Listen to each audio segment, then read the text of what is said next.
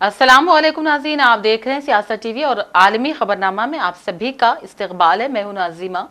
सबसे पहले नजर डालते हैं हेडलाइंस पर।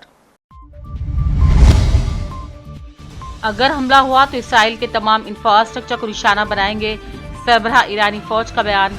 तल अबीब पर मिसाइल हमले किए जाने के बाद इसराइल ने जवाबी कार्रवाइयों की दी धमकी। हमला बज़ाहिर नाकाम रहा, ईरान को हमले के नताइज भुगतने होंगे। अमेरिकी सदर जो बाइडेन का बयान। ईरानी हमला इसराइली जारहियत का फैसलाकुन जवाब था, ईरानी सदर का अमेरिका को जवाब।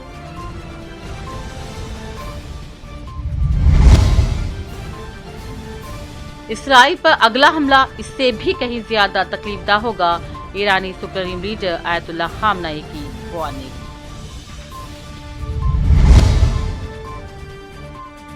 मशरिक़ी वस्ता के हालात अमेरिका की नाअहली का मुंह बोलता सबूत हैं। रूसी वज़ारत ख़ारजा का मज़म्मती बयान जारी, कहा खूनी अलमिया बतदरीज शिद्दत इख्तियार करता जा रहा है, व्हाइट हाउस के गैर यकीनी बयानात हैं सबब।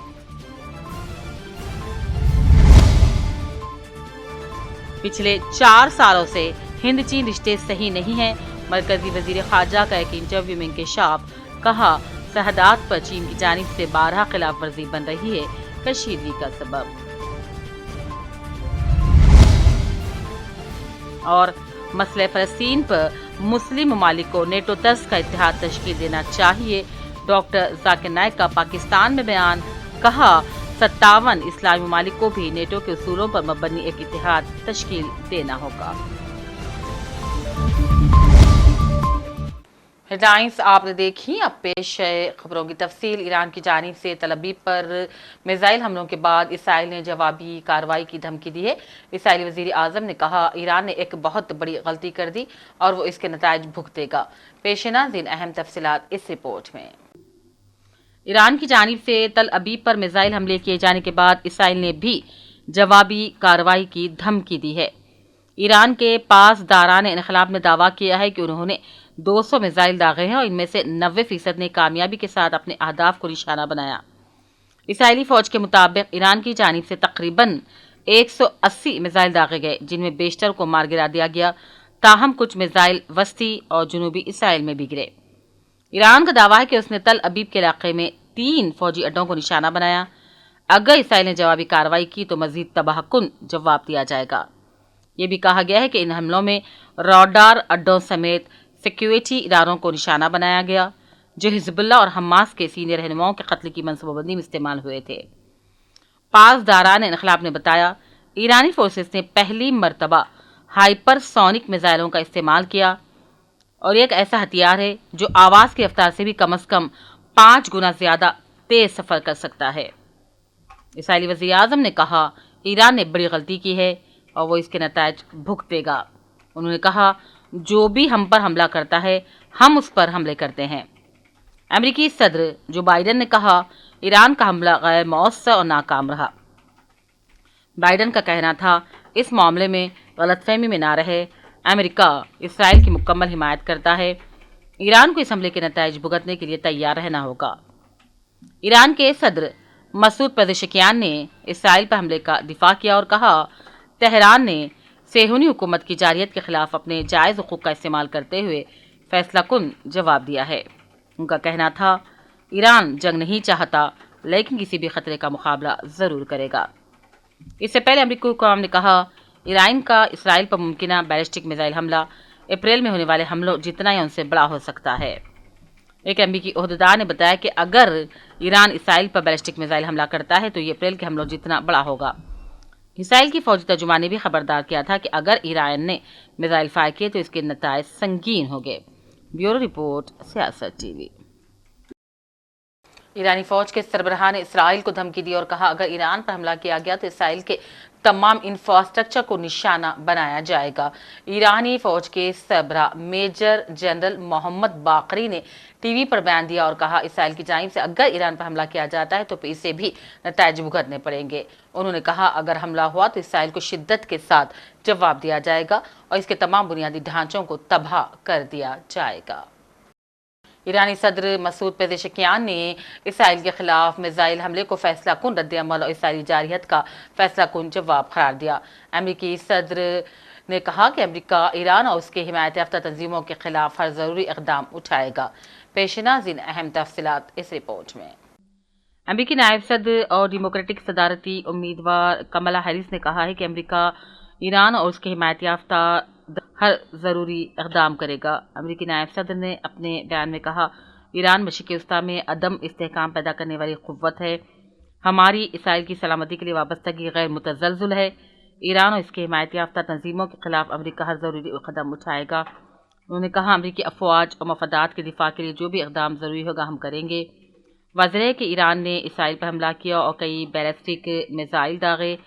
اسرائیلی فوج نے دعویٰ کیا ہے کہ ایران سے اسرائیل کی جانب کم از کم 102 میزائل فائر کیے گئے، جس کے بعد مقبوضہ بیت المقدس میں سائرن بجنے لگے۔ ایرانی صدر مسعود پزشکیان نے اسرائیل کے خلاف میزائل حملے کو فیصلہ کن رد عمل اور اسرائیلی جارحیت کا فیصلہ کن جواب قرار دیا۔ انہوں نے کہا، ایرانی حملہ اسرائیلی جارحیت کا رد عمل ہے۔ ایران خطے میں امن کے لیے اپنے جائز حق کا استعمال کیا۔ ایرانی صدر نے کہا، صہیونی ریاست کی جارحیت کے خلاف فیصلہ کن جواب دیا گیا ہے۔ ایران جنگجو نہیں لیکن وہ کسی بھی خطے کے خلاف مضبوطی کے ساتھ کھڑا ہے۔ انہوں نے کہا، یہ ہماری طاقت کا صرف ایک گوشہ ہے، ایران کے ساتھ تنازع میں ہرگز نہ پڑے۔ اسرائیلی حملے کے بعد ایرانی پاسداران انقلاب گارڈ کی جانب سے بھی جاری بیان میں کہا گیا ہے کہ کچھ لمحے قبل ایرانی فضائیہ نے کئی بیلسٹک میزائلوں کے ذریعے اسرائیل پر حملہ کیا، جس میں کئی اہم فوجیوں سے KOT ٹھکانوں کو نشانہ بنایا گیا۔ بیورو رپورٹ، سیاست ٹی وی۔ امریکی وزیر خارجہ اینٹونی بلنکن نے بھی واشنگٹن میں ایک پریس کانفرنس سے خطاب کیا اور کہا، اسرائیل پر ایران کے میزائل حملے سے ہم آگاہ ہیں۔ ایران نے اسرائیل پر تقریباً 200 میزائل فائر کیے اور حملوں کے خلاف اسرائیل کے ساتھ ہم کھڑے ہیں۔ انہوں نے کہا، ایران کے میزائل حملوں کو روکنے کے لیے امریکہ نے اسرائیل کی خوب مدد کی۔ ایرانی حملے میں امریکی تنصیبات محفوظ ہیں۔ امریکی محکمہ خارجہ نے کہا، حماس مذاکرات کی میز پر نہیں آ رہا تھا اور حماس کے مذاکرات پر راضی نہ ہونے کی وجہ سے سیز فائر بھی نہیں ہو سکی اور جنگ و جدل کا میدان مزید بڑھ رہا ہے۔ My friend and colleague, Foreign Secretary Josh Shankar, here with us today. Before I speak to this meeting, let me just say this. A few hours ago, Iran, for the second time in the space of 5 months, launched a direct attack on Israel, including some 200 ballistic missiles. This is totally unacceptable, and the entire world should condemn it.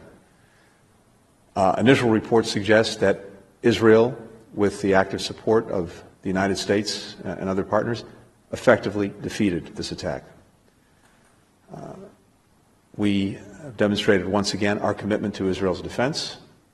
We'll remain in very close touch with Israel and other partners in the region in the hours and days ahead. On a happier note, let me say what a pleasure it is to welcome my friend here. I think we've seen just in recent weeks, once again, the incredible vibrancy, strength behind the partnership that joins the United States and India. We had Prime Minister Modi here and actually in Wilmington, Delaware for the Quad meeting as well as a bilateral meeting with President Biden.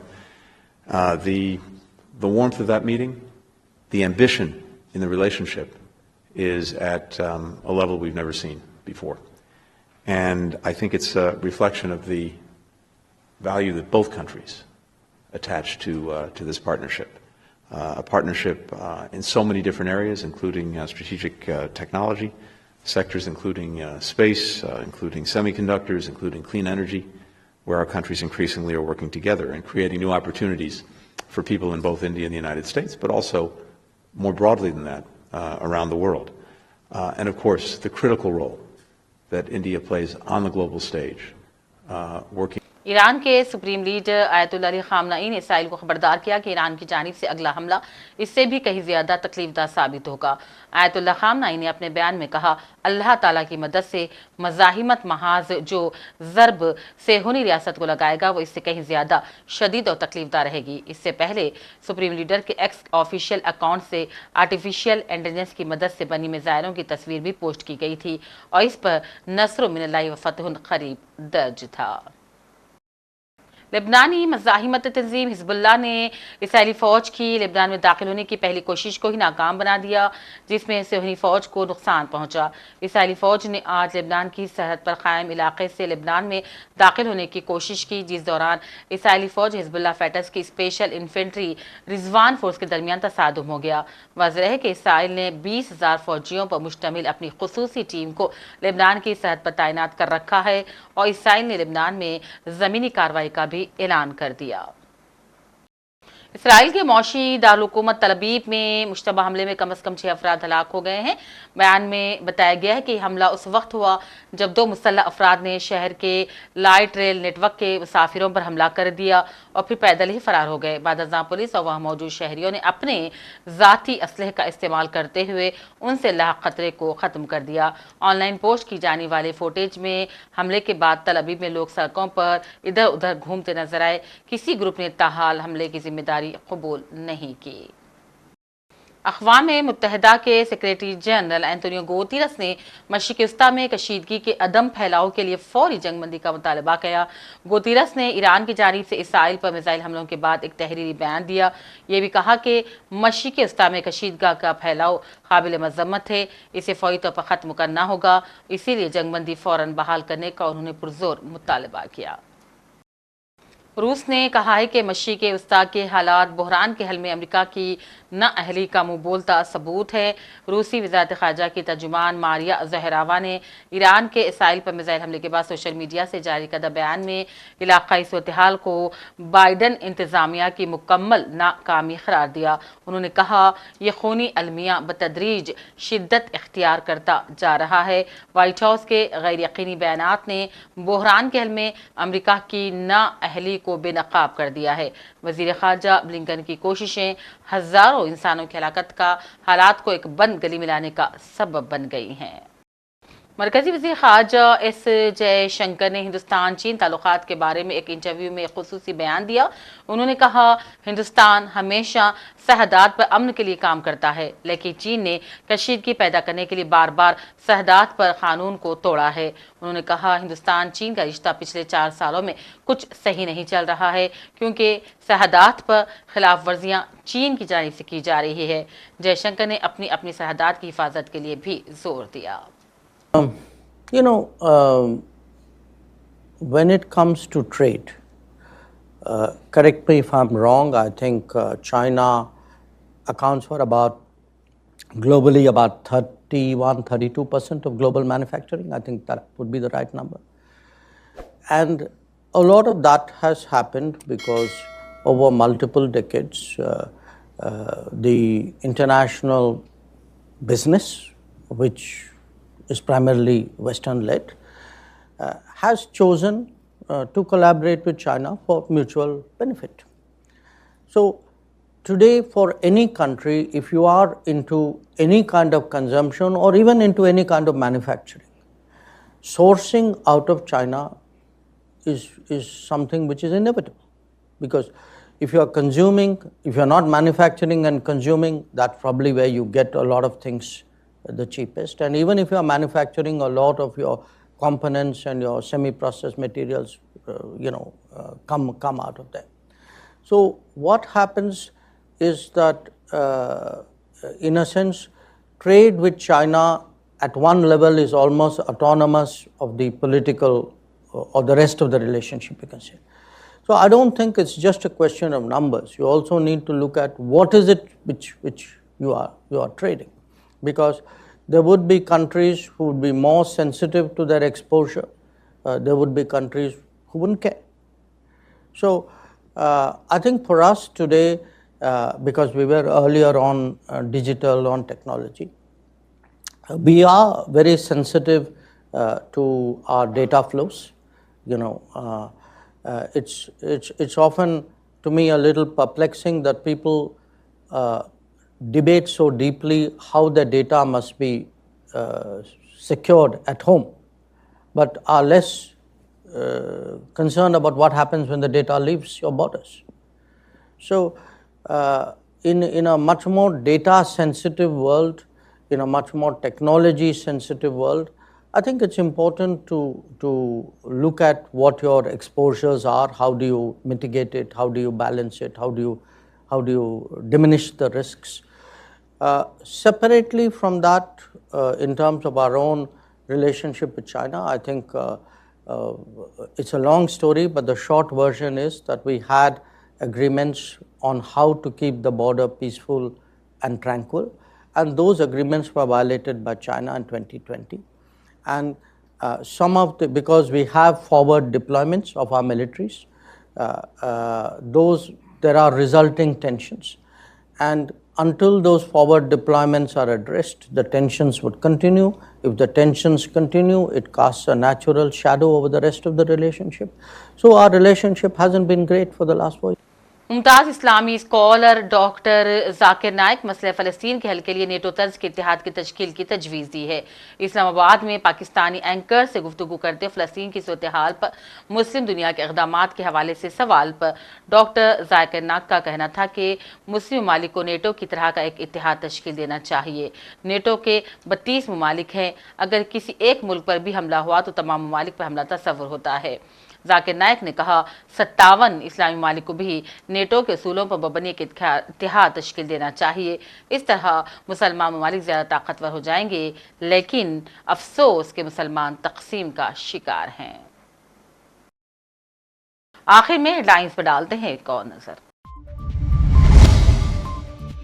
अगर हमला हुआ तो Israel के तमाम infrastructure को निशाना बनाएंगे, सरबराह ईरानी फौज का बयान।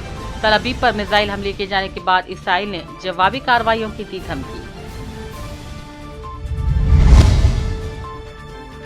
हमला बज़ाहिर नाकाम रहा, ईरान को हमले के नताइज भुगतने होंगे। अमेरिकी सदर जो बाइडेन का बयान। ईरानी हमला इसराइली जारहियत का फैसलाकुन जवाब था, ईरानी सदर का अमेरिका को जवाब।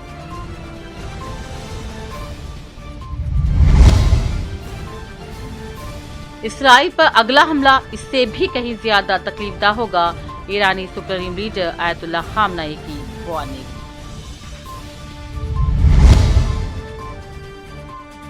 मशीक़ उस्ता के हालात अमेरिका की नाअहली का मुंह बोलता सबूत हैं। रूसी वज़ारत ख़ारजा का मज़म्मती बयान जारी, कहा खूनी अलमिया बतदरीज शिद्दत इख्तियार करता जा रहा है, व्हाइट हाउस के गैर यकीनी बयानात हैं सबब।